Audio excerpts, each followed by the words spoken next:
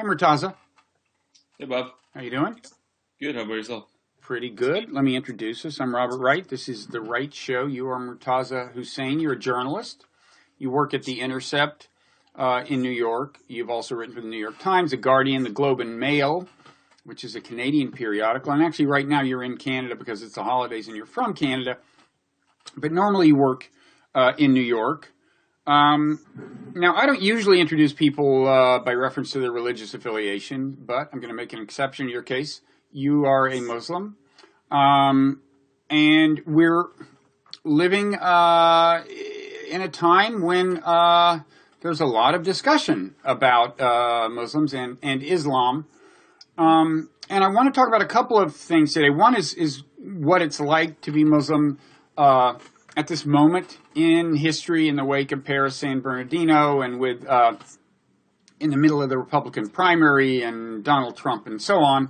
And then I also want to talk about just what it's like to be a Muslim, period, or at least what it's been like for you, what your experience has been, what it's meant to you, spiritually, whatever. So for starters, I assume what it is like to be Muslim has changed over the last year or two. I mean, there was one big change with 9/11, of course, but you're almost too young for that to for that to have registered much. But what has the change just been like over the last year? Well, I think that, I do vaguely remember 9/11. I was like a young teenager or mid-teenager when that happened. So I think for a lot of people who remember 9/11, we still think things are going to go back to normal one day, like normal as in before that time.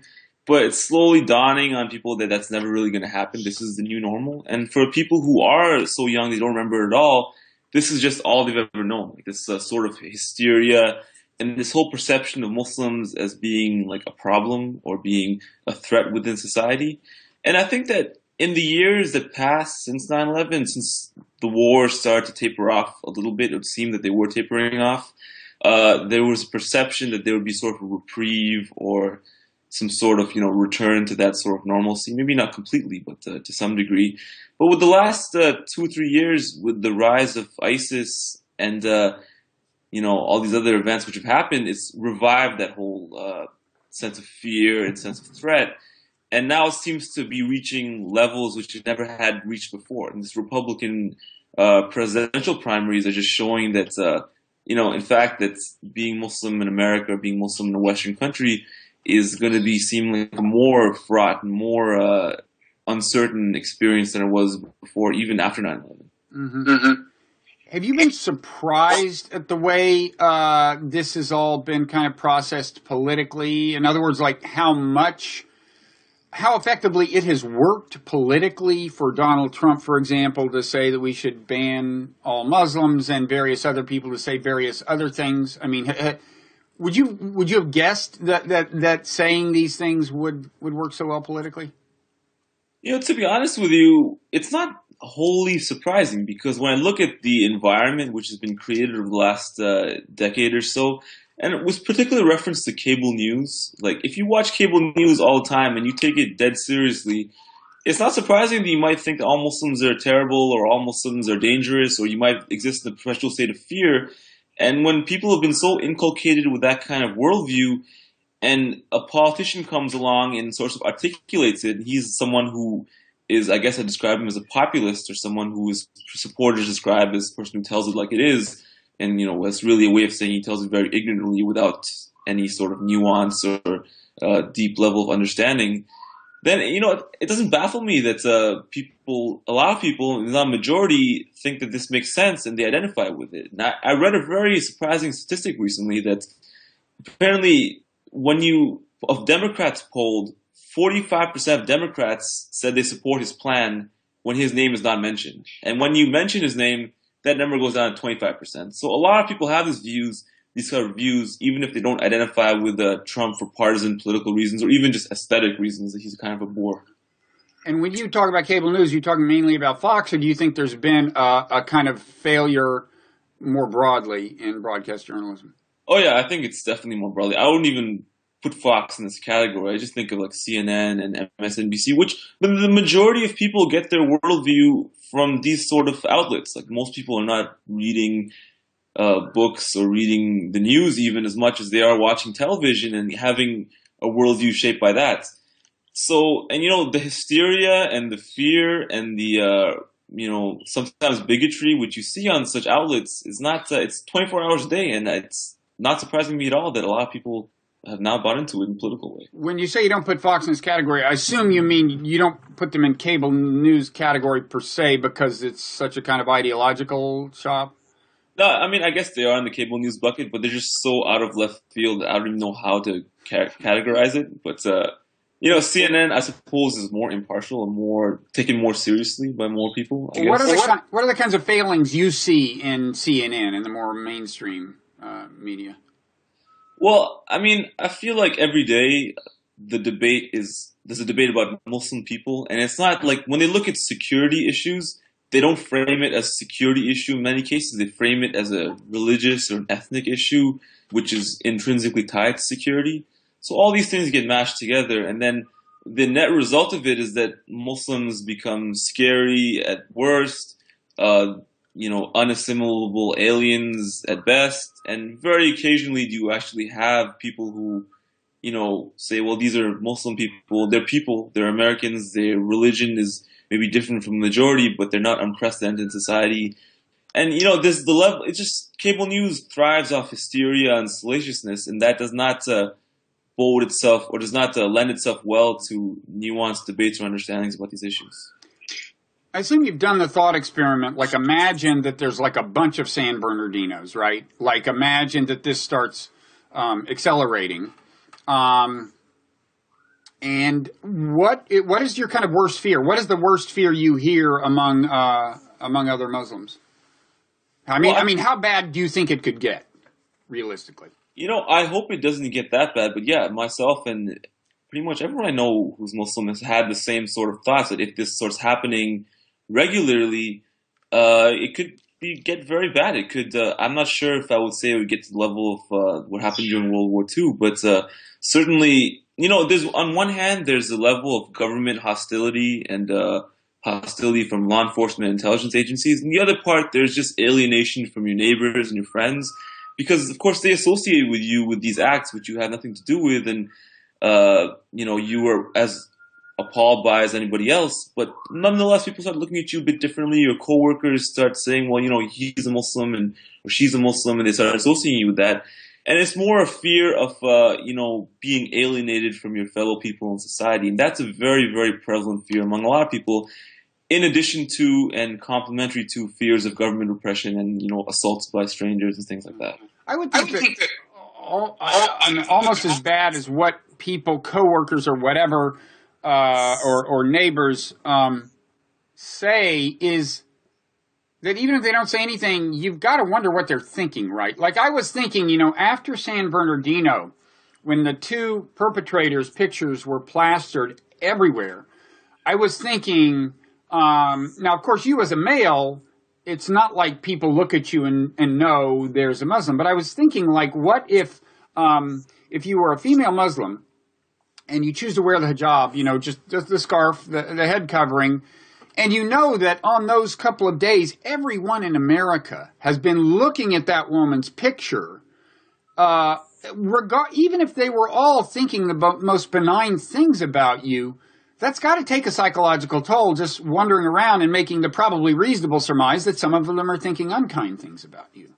Yeah, absolutely. I've had this discussion with many people, women who wear or don't wear hijab, and they're like, I don't know how women are going around wearing hijab in the climate that's developing. And I know a lot of women who just take it off out of fear or just out of, not wanting to be judged or viewed as the, living embodiments of Islam, walking around the streets in a time where, these sort of thoughts and feelings are going around generally.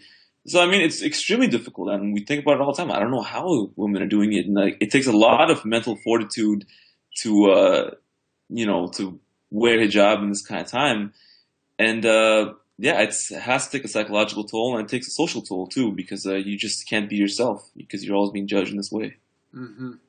And how often do you actually hear things? Do you? I mean, I guess there's two ways you can hear things. You can talk. You can hear people talking about Muslims without them realizing that you are one, maybe, or just hear things in public. And then also, I guess people say things to you, maybe knowing that you are a Muslim. What's the range of stuff you hear? I find that when it comes to hostility, it really happens to women a lot more than men. They tend to get the brunt of it. Because of what we've just said, that they're more conspicuous as Muslims. Because of that, and also maybe because, I'm not sure, like it's maybe like a sexist sort of way too, because men are maybe perceived as being more likely to, hostility could escalate. But women, not just with Muslim women, but generally, like people seem to think that women, they can say more to them or have more leeway because they have less, they're perceived to have less strength or less liability to become hostile with you. To me, I'm lucky because I get to interact with people a lot who tend to be educated or be in the journalism or writing world. They tend to be they know who I am and they know that I can give some sort of take on it.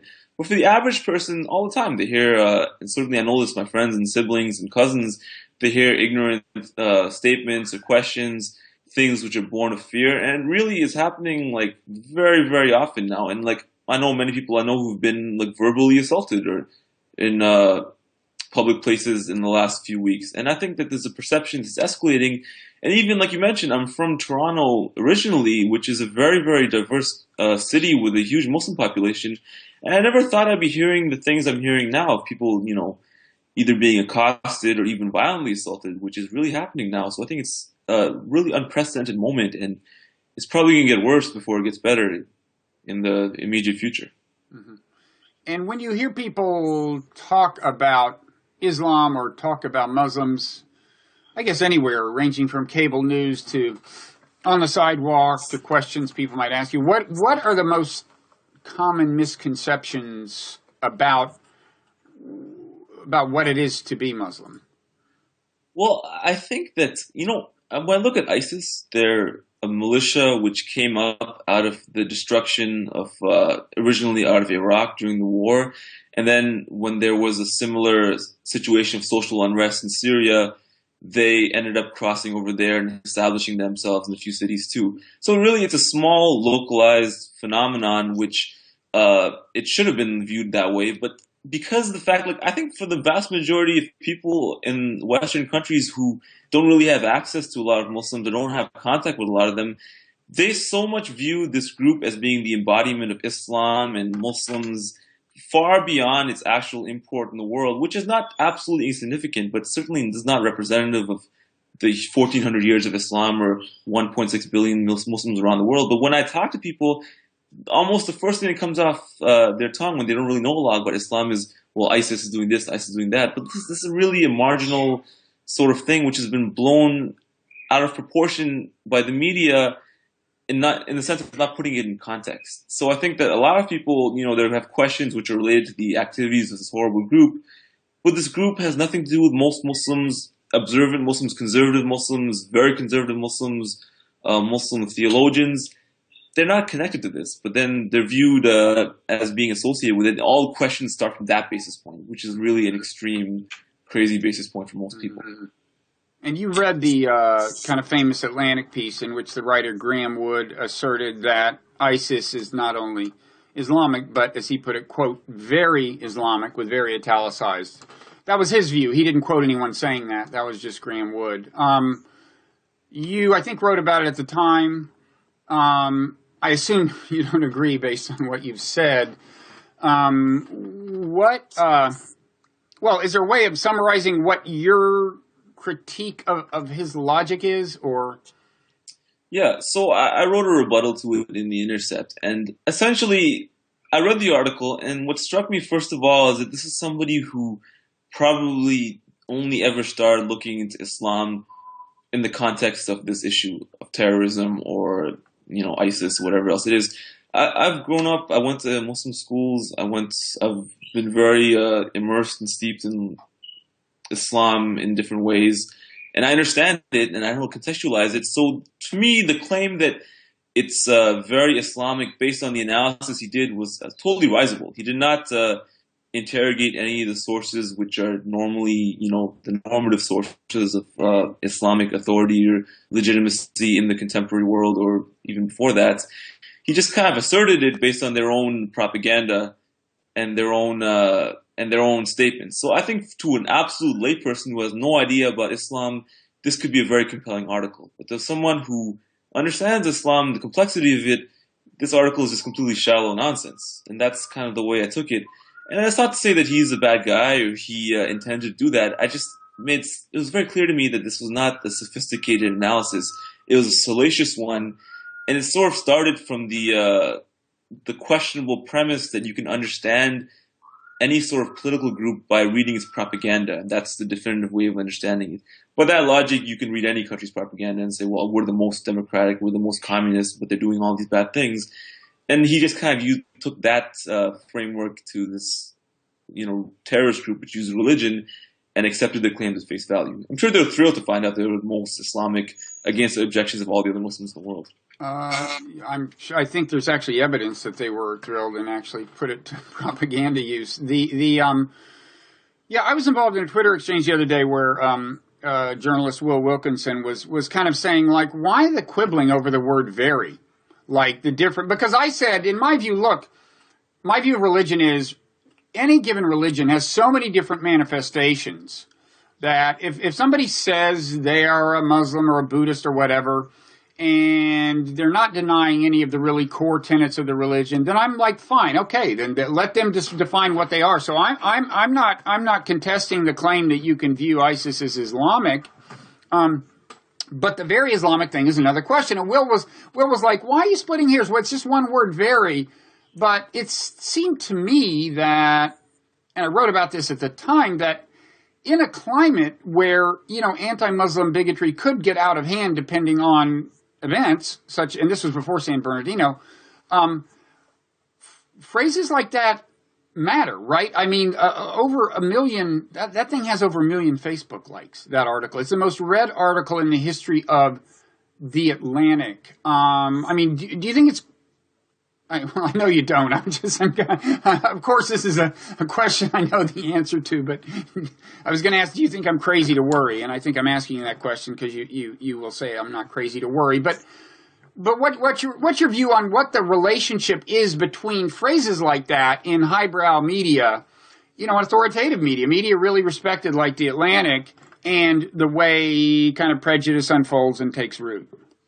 And there was a flurry of responses to that article, and it triggered a huge response on different ends of the spectrum. And Liz Bruenig at the New Republic had a very good response, in my opinion. She kind of she said, well, let's think about what we're trying to do when we're debating the Islamic legitimacy of ISIS in this climate.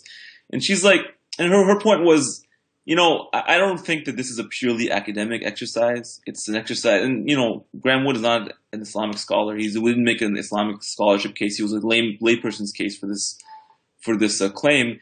If the purpose is to say that Islam itself necessitates or legitimizes the sort of horrific barbarity of ISIS, even though, despite the fact it horrifies most Muslims, then that'll be a Pyrrhic victory. That's not going to be a purely academic exercise. It's going to create the dynamic they want to create. Now, if Graham Wood was, he spent 40 years studying Islam and somehow, which, Islamic tradition does not really lend itself to absolute answers in any question. It lends itself to ambiguity and a diversity of opinions. But if you prove by that logic, studying classical Arabic and the original text that Islam necessitates everything ISIS is doing, that's one thing. And I still think it would have been the right thing, maybe politically prudent thing to state in this climate, but I could respect that as a conclusion academically. But that wasn't that. That was kind of a thin analysis to sort of say, well, Islam does this, the truest Islam is this ISIS stuff, despite what all the Muslims around the world are saying, who are trying very hard to push against it, who are scholars and people who are versed in the tradition. And it undermined all of that because it was much more popular than any of the rebuttals or any of the efforts by Muslims to try to push back against it. So that ended up defining the narrative. And then it makes it much harder for the Muslims out there who are trying to fight an ideological war against this group, which, you're being encouraged to do so, but at the same time, you're being set back by the popularity and the wide dissemination of these sort of irritating treatises saying the opposite. So it's kind of a no-win situation. I don't know what to do. Yeah. That's kind of my view. I mean, I wouldn't ask Graham Wood or anybody else to censor themselves in the sense of, just because something might be inflammatory, right? But in a volatile atmosphere, if something is likely to be inflammatory, as that phrase I think is, I do think it's incumbent on you to make damn sure you can stand behind that phrase. And I don't think he has found a single scholar who will stand behind that phrase. He did quote Bernard Haeckel at Princeton saying a lot of things kind of around it. I've never heard Haeckel refer to ISIS as very Islamic, and I think, if the Atlantic can't give us a reputable scholar who will validate that phrase, then they've got some explaining to do, given the environment in which they're working. But that's just my view. Absolutely. So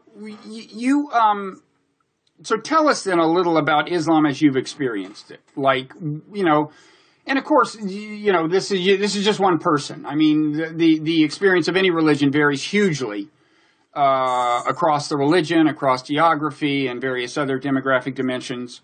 But what's it been like for you? So you were, your parents were immigrants from Pakistan, or tell us the story. Yeah, I was born in Pakistan myself, and then as a child we immigrated to Canada, or first to Saudi Arabia and then to Canada. So my family's always been Muslim, and I was raised to be Muslim, and I went to Islamic school and learned how to read the Quran in Arabic and the conventional things that most Muslim families do. And I would analogize it to, a lot of Jewish families send their kids to learn Hebrew and study the Torah when they're kids, so they can have a grounding in that tradition, because that's the religious tradition they come out of. And we did the same thing. So I learned about Islam, and I've been a Muslim my whole life, and there's such a wide spectrum of Muslims on the lens of practicing. Like in the American discourse about it, Muslim is always put out there as a monolith, but there's a huge diversity of practices and beliefs. Pakistani Muslims, contrary to the perception of a lot of people, have traditionally been viewed as more liberal or having more, I would say, progressive outlook, and I think that's maybe changed in the last few decades, given what's changed around the world. But that's been the historical background of South Asian Muslims, and I think my family fit into that quite well. 100% Muslim and practicing, but nothing to do with the Wahhabism, one of the things that have come out of started to rise in prevalence in the last few years. Right. So Wahhabism is this conservative strain, I guess, associated largely with Saudi Arabia. I'm not an expert on this, and I kind of get mixed up between Salafi and Wahhabi. They're not exactly the same. They're related and whatever. But one question I have is, Saudi Arabia has been criticized for fueling the spread of a really austere conservative strain of Islam that is, I guess, more conducive to the kind of interpretation you get within ISIS than the other strains of Islam, which have been more prolific globally. Are there like, I know you probably don't haven't had much contact with Pakistan lately, but are there like Saudi funded madrasas in Pakistan and so on that are extremely conservative in this way? Yeah, there are schools like that in Pakistan and elsewhere which are funded by Saudi money.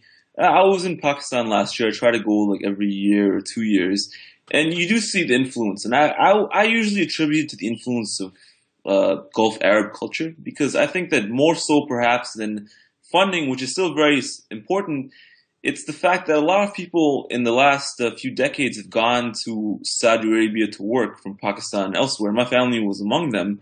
And when they go there, they get everyone's impressed by wealth and power. So they go there and people are impressed by Saudi culture, which seems to be very affluent and develops, at least superficially. And then when that's the case, they go back home and that culture becomes influential. And I think even the United States has that dynamic a lot too, because people around the world want to imitate American culture because America seems rich and powerful. When you experience it up front, that can have a big impact. And that's in addition to the funding and things like that you hear about more. I say most madrasas are harmless. Maybe they teach, they offer a way for people from poorer families to get a subsidized education for their kids, and they're definitely not terrorist factories, like as long as some people have said. But there are ones which are more conservative, and ones which I think are anathema to traditional South Asian culture or traditional South Asian Islam. And so there's been a change in Sunni Islam in the last few decades, which has been funded by oil money. And that's why when I hear certain commentators like Ayan Hirsi or Sam Harris very ignorantly and shallowly call for a reformation within Islam, I find that to be kind of ridiculous because this is the reformation that's happening right now. It's a bad reformation, which started maybe 100 years or so ago, or maybe before that when Abdul Wahab first arrived in Saudi Arabia, where the Sunni Islam, which is built on 1,400 years of tradition, started to be attacked from inside by people we call the Wahhabis, and started to be attacked from outside by colonialism. And in that vacuum, all these new movements have come along. So on one hand, and in a way, it's been good for some people because it's allowed for gay Muslims and feminist Muslims to come around, but it's also allowed the other spectrum for Wahhabis and ISIS people to come because there's no normative, like the normative Islam has been greatly undermined. And I think that the vacuum that's been created is the Reformation, and that's what we're going through right now. And like the Christian Reformation, it's been very bloody. So there's been a diversification within Islam. Is that what you're referring to as the Reformation, which the Protestant Reformation was too? And in fact, the Protestantism immediately began subdividing into branches, and so that too was kind of a process of diversification. Is that what you're saying?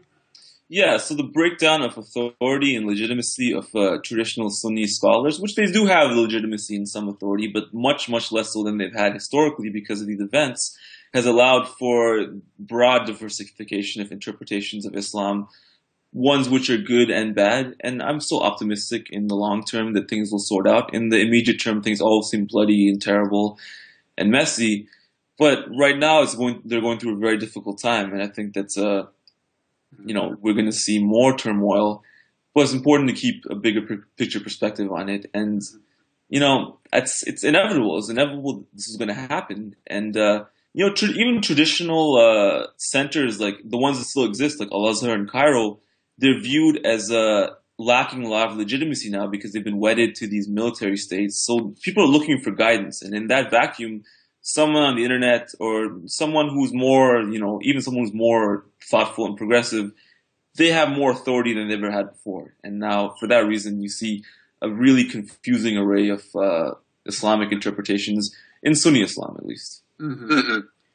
So there's kind of a spectrum of views on, I guess, to what extent you might say the religious ideology matters, or to what extent kind of the trouble begins with religious ideology. I mean, the kind of trouble you saw in San Bernardino, and to what extent it begins with kind of material conditions. So let's invading countries, occupying countries, that's an example of a material condition. Someone's alienation from society, that's a material condition.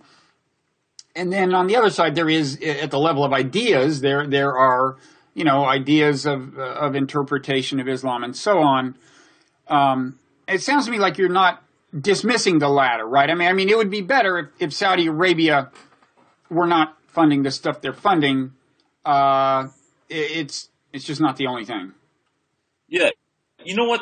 I think that overwhelmingly material causes cause social phenomenon of violence and so forth. There are some people who are driven by ideology too, but I think as a general rule, people tend to pick up an ideology which seems to fit their material circumstances rather than make their circumstances fit their ideology. So people in Iraq, it was not surprising to me that when Iraqi society was developed and wealthy and had good healthcare and schools, the attraction of religious extremism was negligible. It was viewed always as the most progressive Muslim society for a long time.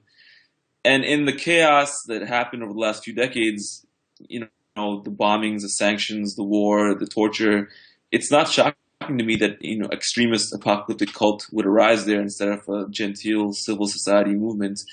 And because of the internet and changes in the information technology, when an ideology starts to take root somewhere, it can spread to people who doesn't normally affect. So the people in San Bernardino, I was very appalled by it and shocked by it.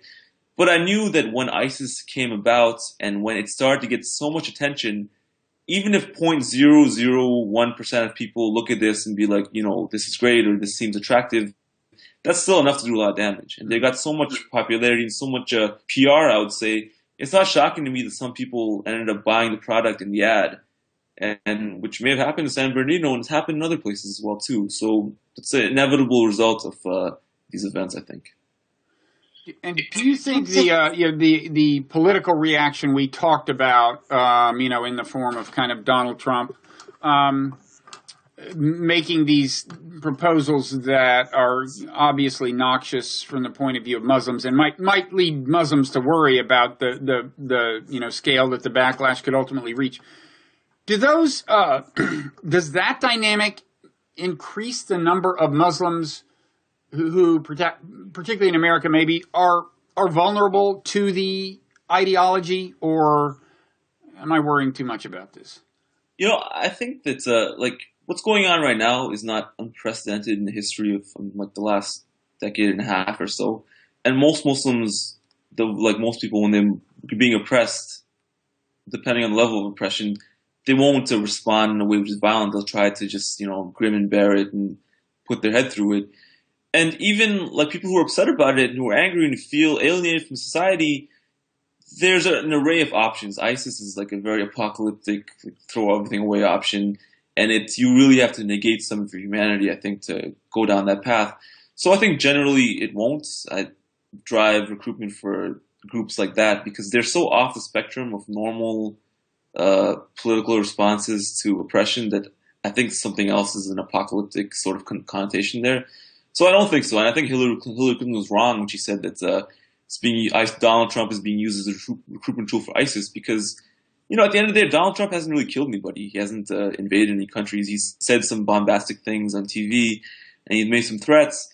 And that's not really that significant. But if there were to be a situation where Muslims were being excluded from American life and America set itself up as a completely anti-Muslim country, I wouldn't be surprised if that drove some, but not a significant number of people towards ISIS. They may just people become alien in other ways. They'll leave the country or they'll just retreat into insular communities and things like that. So I'm not too worried about it spawning ISIS per se. Okay. And so what kinds of things do you worry about or do you think have already had a big effect on making things kind of easier for ISIS and like-minded people? Well, when I think about the wars in the Middle East, I think that's really the root cause of what's happened over the last 10 years. And people have tried very diligently to try to detach the phenomena we're seeing today to those original causes. There was Amr Moussa, who's the head of the Arab League in 2002, warned that invading Iraq would open the gates of hell.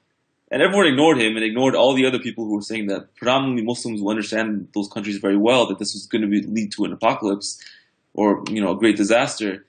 And that was ignored. And now people are looking at this phenomenon as though it came out of thin air or, people are being attracted to it for nothing but atavistic, crazy religious reasons. But there are material causes at the base of it. And so I'm really worried about more instability in the Muslim world, Muslim countries, in the Arab countries. I'm not worried about American Muslims per se. I think that they're going to go through a difficult time, and I think things will probably get better before they get worse. But in the long term, I think that they'll weather this, and at the end of it, the country will be stronger, and American Muslims will have developed political antibodies to protect themselves and to integrate themselves. And in the West more broadly, I still am quite optimistic. But I just feel that historically, the position of immigrants and minorities has always been some case wedded to events in their countries of origin. And if things continue to deteriorate there, we could be targeted by discriminatory laws. We could end up being a despised minority within the United States. And when that happens, you're kind of at risk. Even if anything happens to you directly, if there's a major economic collapse or there's another 9/11 type event, then something really bad could happen. I don't think that will happen. I think that things will be okay, but that's really a risk, which I think looms over a lot of people. Okay. You said you think things will get better before they get worse. I think you meant the opposite, right? Things will probably get worse before they get better. And when you said things over there could make things worse. You mean in the Middle East?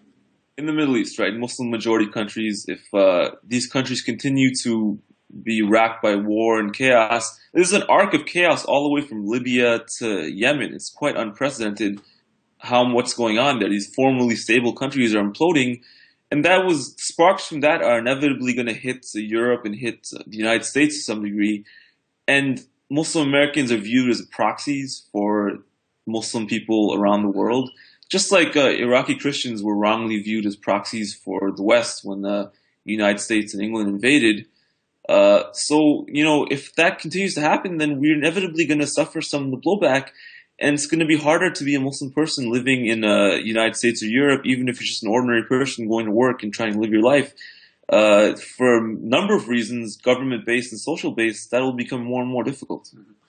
But don't you think the thing that most worsens the climate for Muslims in America is actual violence in America? I mean, like a San Bernardino is worse than something in Mosul, but even worse than something in Paris, right? From the point of view of Muslims living in America.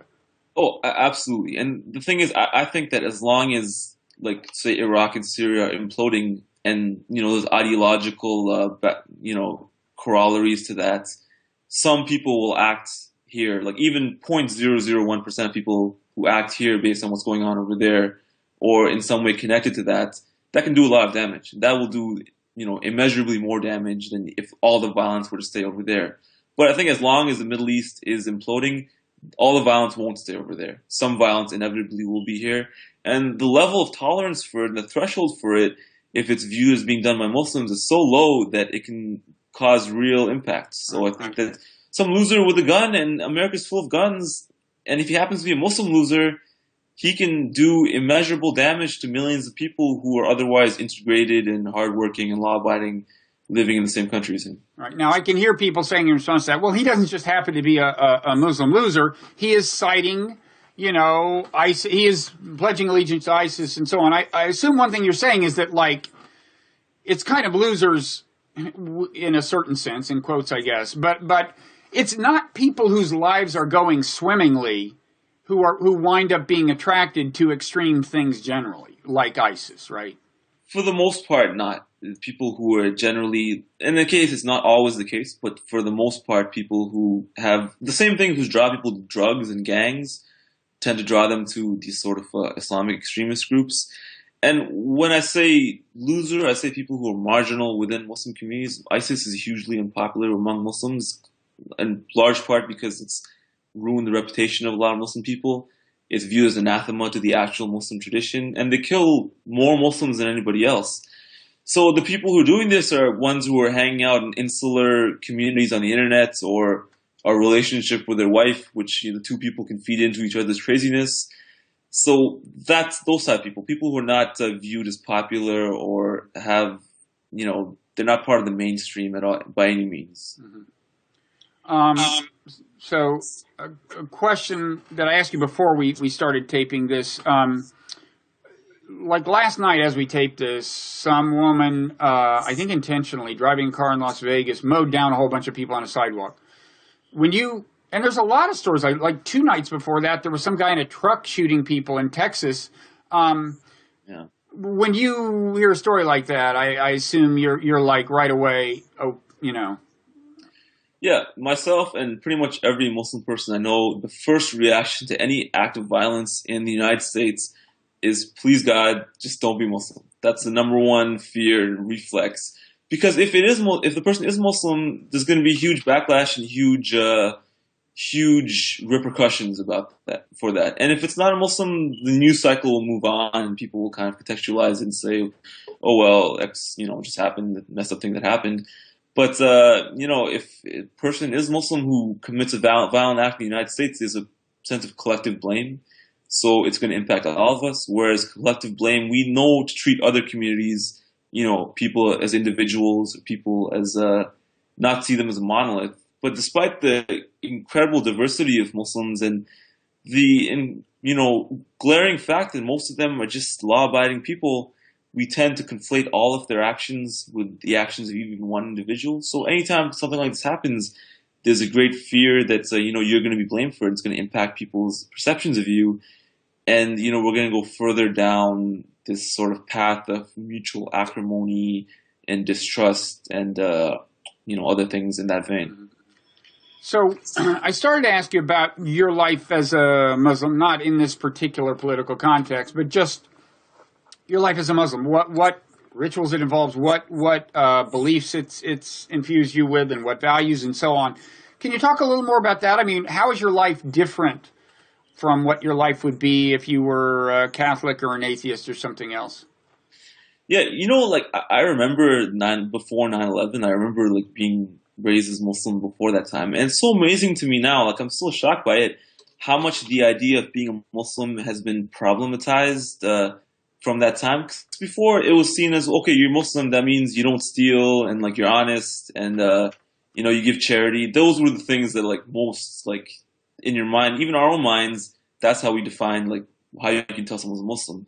Now it's become associated with terrorism and hatred and all these terrible things. But for me, in my own life, in my family's life, my friend's life, it was all about being a good person to others, not backbiting or lying, not stealing. And then there was existential sort of grounding because, you pray 5 times a day, or you strive to pray 5 times a day, you give charity. So that means you're on good terms with people around you, and you're also on good terms with your creator, and you have a sense of existential reassurance in that sense.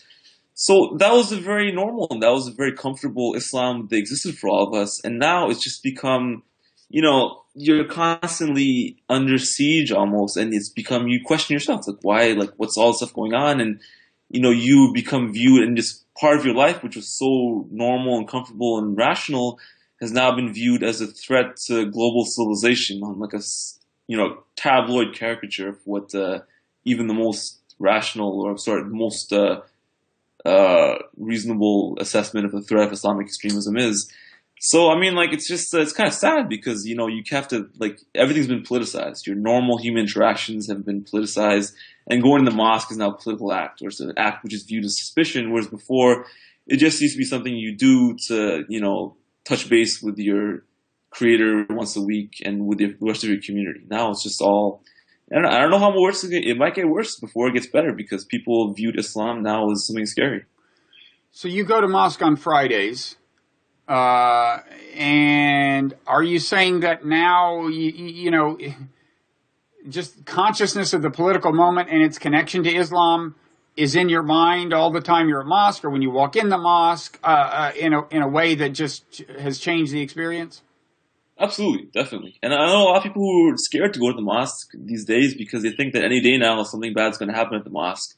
Or they don't want to send their kids to, like I went to a Sunday school, which is Islamic school that you go on Sundays. Normally in Muslim countries, you go on Fridays because that's when the weekend is. But it's a school where like you learn on the weekends, like learn how to read Arabic and stories of the ancient figures of Islam. But a lot of people are scared to send their kids to these kind of places now because they just feel like at worst something bad could happen. Some crazy guy could show up. Otherwise, what if the schools one day some guy goes there, is associated with XYZ, and now you're tarred with this. So it's become like sort of scary and not a comfortable thing anymore.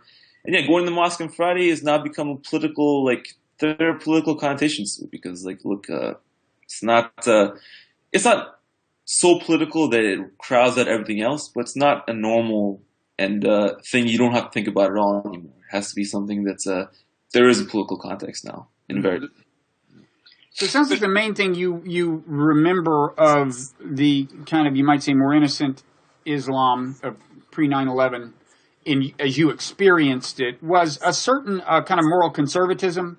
In the sense of just a real consciousness of not like doing wrong, where wrong includes things like stealing and so on. Is that has that been lost in the perception of Islam from the outside? I think definitely, like for average Muslims I know, like even leaving aside the fact that I myself am Muslim, I find the Muslim people I've known my whole life, they have almost invariably, they have like a duty to be good, which I think is intrinsic to a lot of people in different religions, like looking at different things and trying to be what was the best person I could be in the circumstance. And that still exists, but does not get discussed, or it's hard to convey in a cable news soundbite that's all about security and terrorism, or what someone in XYZ area is doing on this day. So that discussion, and I think that people who know Muslims individually, or more practicing Muslims, maybe can experience it on a one-on-one level, but I find it very hard to convey in the media. But it was always the most important and deeply animating part of my own experience of being a Muslim, just that individual goodness, or individual striving to be good as a person, and in ways which are not alien at all to other religious traditions, or even among moral and ethical atheists either. Yeah, no, I certainly resonate. I mean, I was brought up as a Southern Baptist. I'm not one anymore, but I think there's a strong sense of the presence of a judgmental God, and that I think that kind of has outlived my faith. You know, I mean, it's like when you're brought up that way. I mean, you could describe it as just a strong sense of conscience, but it's powerful, and I've often thought that of the irony that in the United States, there's, you sense that among a number of evangelical Christians, certainly on the right, there's quite a bit of skepticism or suspicion of Islam. But the truth is, they have a lot in common. I mean, conservative Christians, like if you imagine, like if conservative Christian kids and Muslim kids are going to a public school, and there's some discussion of some policy that needs to be implemented, whether it's dress code or, how kind of racy the school play should be, or profanity or anything. I mean, these two constituencies would, in theory, mobilize together and agree on all of these kinds of practical issues, right? Right. Historically and traditionally, there have been a lot of social conservatism among American Muslims too. And I think everything that's happened in the last 15 years has actually changed that a lot. The younger generation is much more into progressive causes and trying to reconcile that with Islam as well too. Whereas before, Muslim Americans were kind of like a heartland America constituency. A lot of them voted GOP. 70% of them voted for GOP before 9/11. So, and because of that reason, because there was kind of the same sort of affinities that existed among conservative Christians, or just more conservative people in the United States existed there. But I know from my own experience, the younger generation is much more into progressive causes, and there's it's not exactly the most easy thing to do to reconcile progressivism and religion, but they're trying very hard to do it because they want to keep their Muslim identity, but they also want to, have LGBT rights and feminism, things like that. So they're sort of crafting a new sort of way to practice and think about Islam, which in a way is sort of an interesting byproduct of this the scrutiny they've been under for the last, growing up. Yeah. So is that partly the drift toward progressivism? Is that partly because in the post 9/11 environment, they have found progressives being less harshly judgmental of Muslims than conservatives? Yeah, absolutely. Definitely, it's the case that when everything that happened, and then the backlash, it was the left, and not exclusively, but certainly more vociferously, and progressive figures who traditionally they defended religious minorities in society, and they did that for Muslims, although there are some stirrings that may not continue in the future.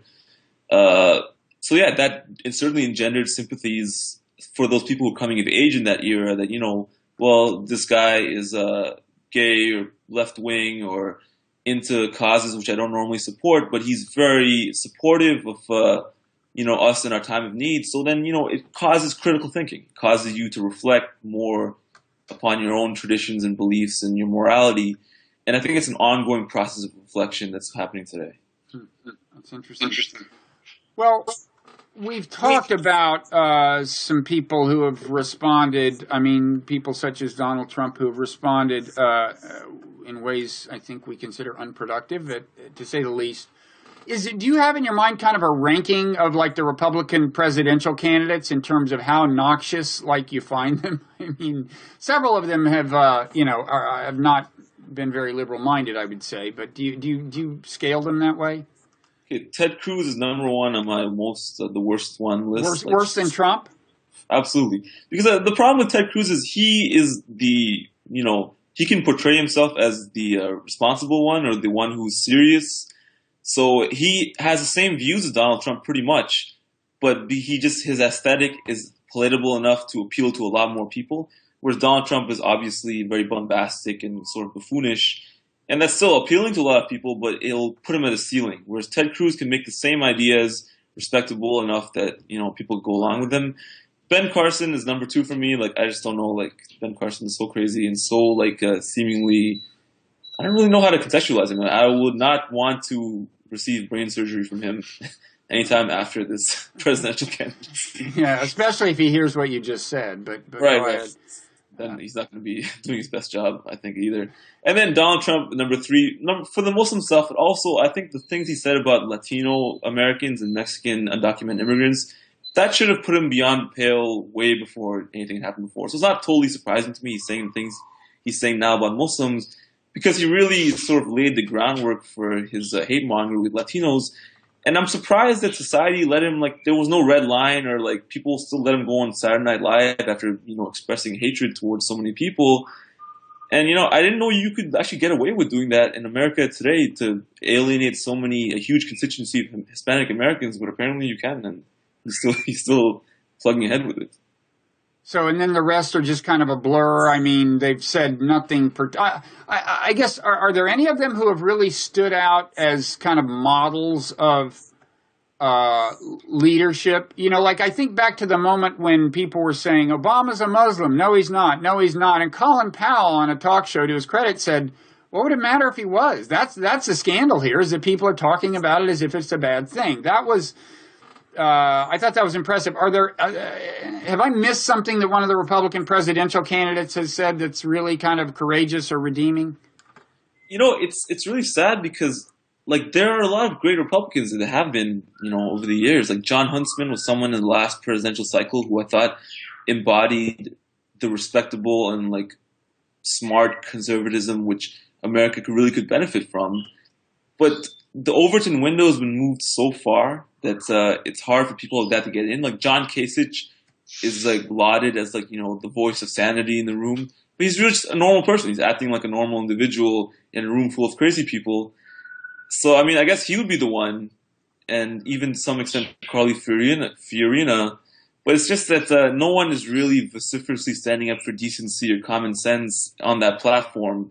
So there's not really any of them that stand out to me as an exemplar of it, but there have been in the past. It just feels like every presidential cycle, the party becomes more and more unhinged. And that's not a good thing. Like, it's maybe some, like, schadenfreude from that if you're a Democrat, but it's not a good thing for the United States or for democracy to have one party completely lose its mind. Now, leaving aside Republican presidential candidates, in closing, are there any other people who, kind of deserve credit for, standing up and doing the right thing? Maybe prominent people we've heard of, or maybe acts of charity and kindness you've observed in just everyday life. I don't know. What are some things that we might find more inspiring than Donald Trump? Well, I'm really inspired by all the people out there, like political figures, writers, media personalities, who in a moment of great social tension and fear and uncertainty have stood very strongly against the tide and spoken out on the behalf of, Muslim Americans who are a minority, who are not very popular and under threat in some ways. And it's not easy to do that. In retrospect, it's always, easy to say, well, I would have stood up for the Japanese or whoever else it was who was the boogeyman at the moment. But, it takes some courage. And those people out there who say, well, the courageous thing is to speak out against Muslims right now, that really doesn't make much sense to me right now, because, like, anyone can, like, pile on the Muslim bandwagon, no problem. But people who, in this grave moment, and, when there are acts of violence happening on both sides, especially terrorist attacks happening, to say, we cannot stereotype, we have to think critically and not give in to our worst reflexes, those people really are inspiring to me. And there are a lot of people, like, I can't even think right away of one who stands out to me more than anybody else, because there are quite a few voices. And I hope that they don't diminish. I hope that there are more people stand up for that sort of view. And as things maybe get a little more difficult as time goes on, and yeah, that's kind of what the people who think exemplify the best of America. Mm-hmm. Okay. Well, listen. Thank you so much for taking the time, Murtaza. Enjoy the rest of your vacation in, I guess, the relative calm of Canada. Thanks very much. Thanks for having me. Yeah, it is quite calm relatively here, I guess. Yeah. Well, good. Enjoy it. Take care. Okay, take care, Bob. All right.